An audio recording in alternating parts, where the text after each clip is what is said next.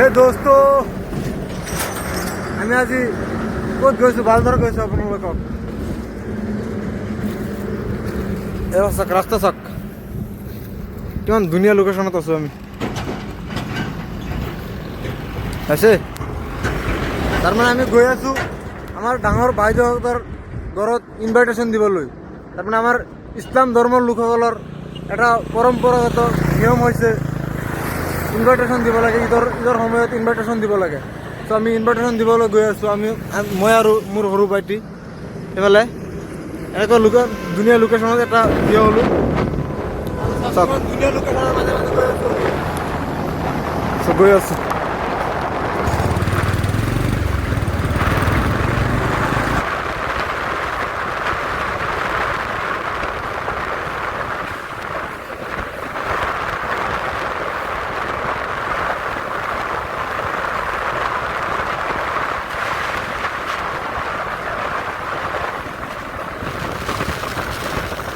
এইফালে মনাত কমচে কম 10,000